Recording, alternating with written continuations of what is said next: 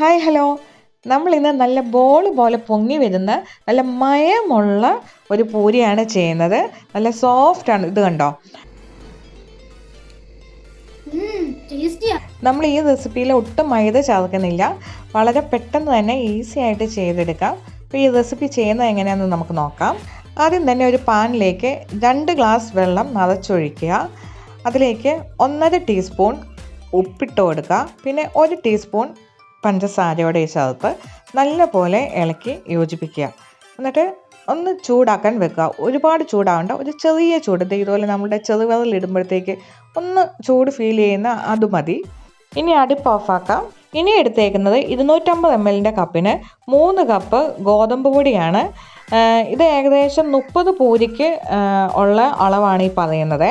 ഇനി നമ്മൾ 1/2 കപ്പ് വറുത്ത റവയുടെ ആണ് ചേർത്ത് കൊടുക്കുന്നത്. ഇത് 3 കപ്പ് മൈദയ്ക്ക് 1/2 കപ്പ് റവ എന്ന കണക്കിനാണ് എടുത്തേക്കുന്നത്. ഇനി ഇതിലേക്ക് നമുക്ക് ചെറു ചൂടുള്ള 1/4 കപ്പ് അല്ലെങ്കിൽ 1.5 കപ്പ് വെള്ളം ചേർത്ത് കൊടുക്കാം. ഓരോ പൊടിയുടെ ഇതനുസരിച്ചിട്ട് നനവ് മാറും. അപ്പോൾ അതനുസരിച്ചിട്ട് നിങ്ങൾ നോക്കി കുഴയ്ക്കുക. കുഴച്ച് നല്ല ടൈറ്റാക്കി എടുക്കുക. നല്ല ടൈറ്റ് ആയതിന് ശേഷം ഒരു 5 മിനിറ്റ് തൊട്ട് 10 മിനിറ്റ് വരെ വീണ്ടും കുഴച്ചുകൊണ്ട് തന്നെ ഇരിക്കുക. നമ്മൾ എത്രത്തോളം നന്നായിട്ട് സോഫ്റ്റായിട്ട് കുഴയ്ക്കുന്നോ അതനുസരിച്ചിട്ടിരിക്കും നമ്മളുടെ പൂരിയുടെ മയവും. അപ്പം നിങ്ങൾ എത്രത്തോളം നല്ലപോലെ കുഴയ്ക്കാൻ പറ്റുന്നോ അതുപോലെ കുഴച്ചെടുക്കുക. ഇനി നമുക്ക് കുഴച്ച് വെച്ച മാവിൽ നിന്ന് കുറച്ച് മാവെടുത്ത് ഇതുപോലെ ബോളുകളാക്കി മാറ്റി വയ്ക്കാം. അല്ലെങ്കിൽ ബോളുകളാക്കി അപ്പം തന്നെ പരത്തി എങ്ങനെ വേണേലും നിങ്ങളുടെ ഇഷ്ടം പോലെ ചെയ്യുക. ഇനി ഈ ബോളൊന്ന് ജസ്റ്റ് എണ്ണയിൽ മുക്കി ഇതുപോലെ പ്രസ് ചെയ്ത് എടുക്കുക. ഒരുപാട് എണ്ണ പുരട്ടേണ്ട ആവശ്യമില്ല, കുറച്ച് എണ്ണ പുരട്ടിയാൽ മതിയാവും.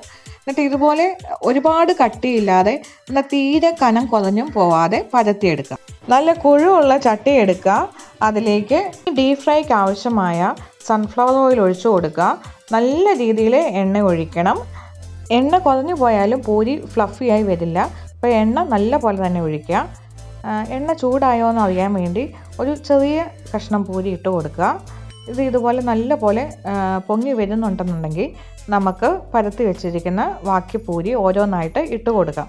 അപ്പം ഫ്ലെയിം മീഡിയത്തിനും ഹൈക്കും ഇടയിലാണ് വെച്ചിരിക്കുന്നത്. ഹൈ ഫ്ലെയിമിലും വെക്കരുത്, മീഡിയം ഫ്ലെയിമിലും വെക്കരുത്. ഇതിൻ്റെ രണ്ടിൻ്റെയും ഇടയ്ക്കായിട്ടാണ് ഫ്ലെയിം വെക്കേണ്ടത്.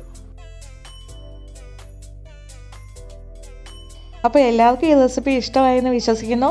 എല്ലാവരും സബ്സ്ക്രൈബ് ചെയ്യാനും ലൈക്ക് ചെയ്യാനും ഷെയർ ചെയ്യാനും മറക്കരുത്. Thank you.